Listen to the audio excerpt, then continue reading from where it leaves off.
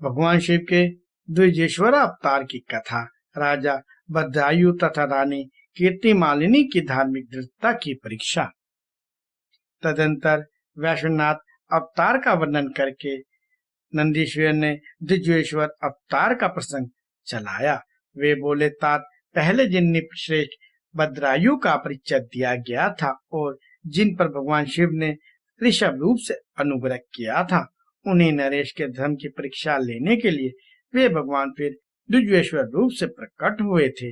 ऋषभ के प्रभाव से रणभूमि में शत्रुओं पर विजय पाकर शक्तिशाली राजकुमार भद्रायु जब राज्य सिंहासन पर आरूढ़ हुए, तब राजा चंद्रांग तथा रानी सिमनंतकिनी की बेटी सती साध्वी कीर्ति मालिनी के साथ उनका विवाह हुआ।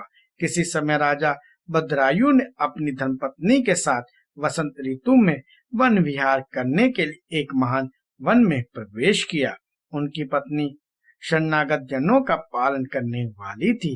राजा का भी ऐसा ही नियम था। उन राज दंपत्ति की धर्म में कितनी दृढ़ता है, इसकी परीक्षा के लिए पार्वती सहित भगवान शिव ने एक लीला रची। शिव और शिवा उस वन में ब्रह्माणी और ब्राह्मण के रूप में प्रकट हुए। उन दोनों ने लीला पूर्वक एक मायामय बाग का निर्माण किया। वे दोनों भय से विहल हो व्याग से थोड़ी ही दूर आगे रोते चिल्लाते से भागने लगे और व्याग उनका पीछा करने लगा।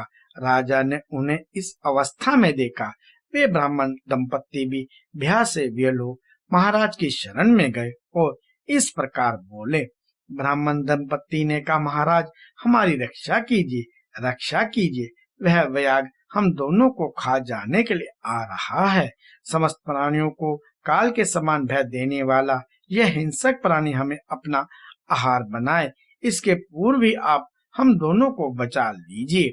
उन दोनों का यह करुण कंद सुनकर महावीर राजा ने जो ही धनुष बाण उठाया, त्यों ही वह व्याघ्र उनके निकट आ पहुंचा। उसने ब्राह्मणी को पकड़ लिया। वह बेचारी हा नाथ, हा नाथ, हा प्राण वल्लभ, हा शंभो, हा जगद्रो इत्यादि कहकर रोने और विलाप करने लगी। व्याघ्र बड़ा भयानक था। उसने जो ही ब्राह्मणी को अपना ग्रास बनाने की चेष्टा की, त्यों ही बद्रायु ने तीखे बाणों से उसके मन में आघात किया, परंतु उन बाणों से वह महाबली व्याघ्र को तनिक भी व्यथा नहीं हुई। वह ब्राह्मणी को बलपूर्वक घसीटता हुआ तत्काल दूर निकल गया।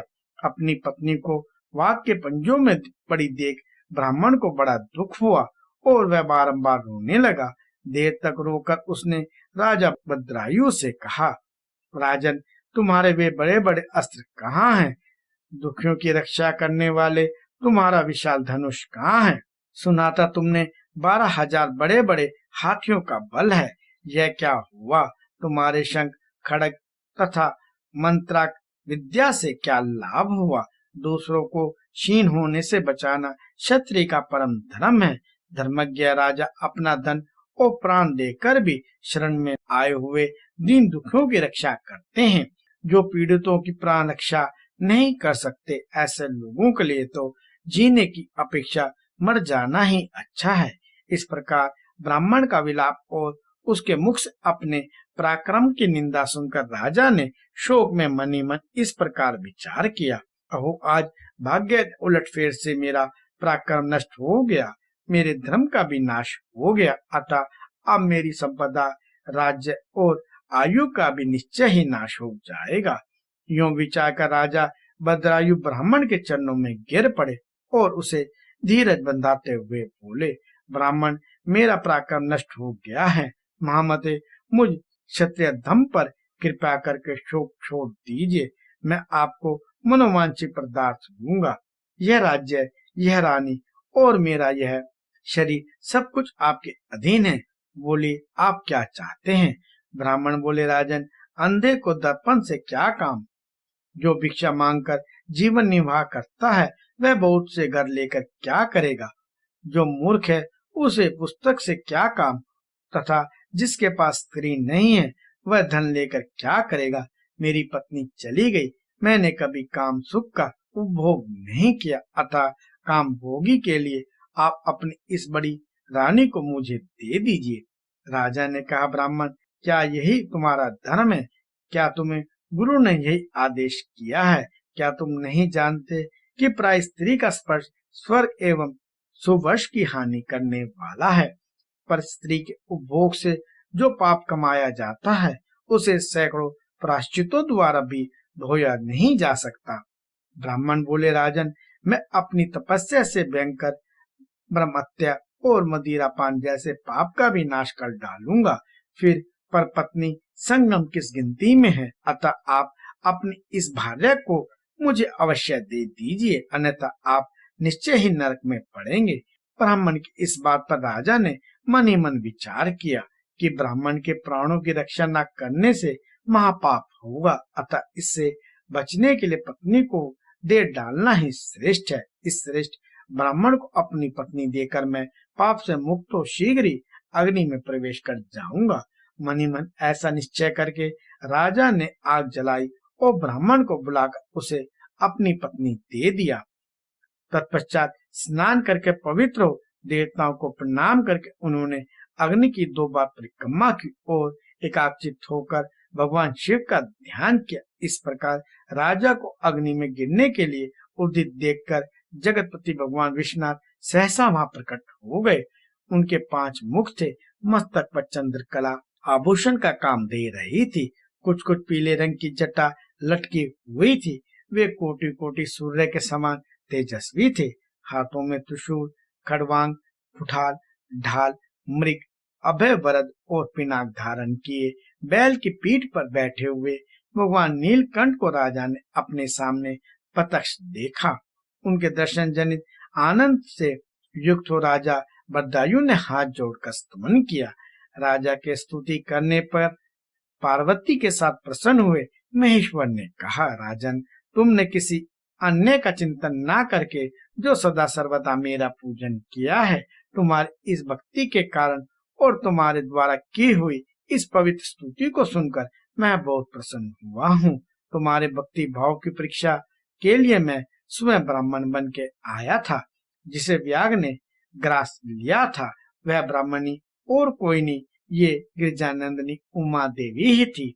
तुम्हारे बाण मारने से जिसके शरीर को चोट नहीं पहुंची वह व्याग माया निर्मित था।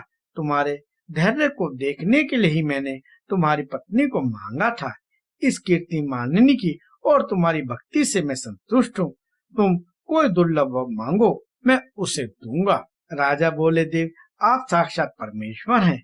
आपने संसारिक ताप से घिरे हुए मुझ अधम को जो प्रत्यक्ष दर्शन दिया है, यही मेरे लिए महान वर है। देव, आप वरदाताओं में श्रेष्ठ हैं। आपसे मैं दूसरा कोई वर नहीं मांगता। यही मेरी इच्छा है कि मैं और मेरी रानी, मेरे माता पिता पद्माकर, वैश्य और उसके पुत्र सुनय, इन सबको आप अपने पार्श्ववर्ती सेवक बना लीजिए। तत्पश्चात रानी कीर्तिमाली ने प्रणाम करके अपनी भक्ति से भगवान शंकर को प्रसन्न किया और यह उत्तम वर मांगा, महादेव, मेरे पिता चंद्रांग और माता सीमंतनी, इन दोनों को भी आपके समीप निवास प्राप्त हो। भगवत्सल भगवान गौरीपति ने प्रसन्न होकर एवं स्तु कहा और उन दोनों पति पत्नी को इच्छा अनुसार वर देकर वे क्षण भर में अंतर्ध्यान हो गए। इधर राजा ने भगवान शंकर का प्रसाद प्राप्त करके रानी कीर्तिमालिनी के साथ प्रिय विषयों का उपभोग किया और 10,000 वर्षों तक राज्य करने के पश्चात अपने पुत्रों को राज्य देकर उन्होंने शिवजी के परम पद को प्राप्त किया। राजा और रानी दोनों ही भक्ति पूर्वक महादेव की पूजा करके भगवान शिव के धाम को प्राप्त हुए। यह परम पवित्र पाप नाशक एवं अत्यंत गोपनीय भगवान शिव का विचित्र गुण अनुवाद जो विद्वानों को सुनाता है अथवा स्वयं भी शुचित होकर पढ़ता है, इस लोक में भोग ऐश्वर्य को प्राप्त कर अंत में भगवान शिव को प्राप्त होता है।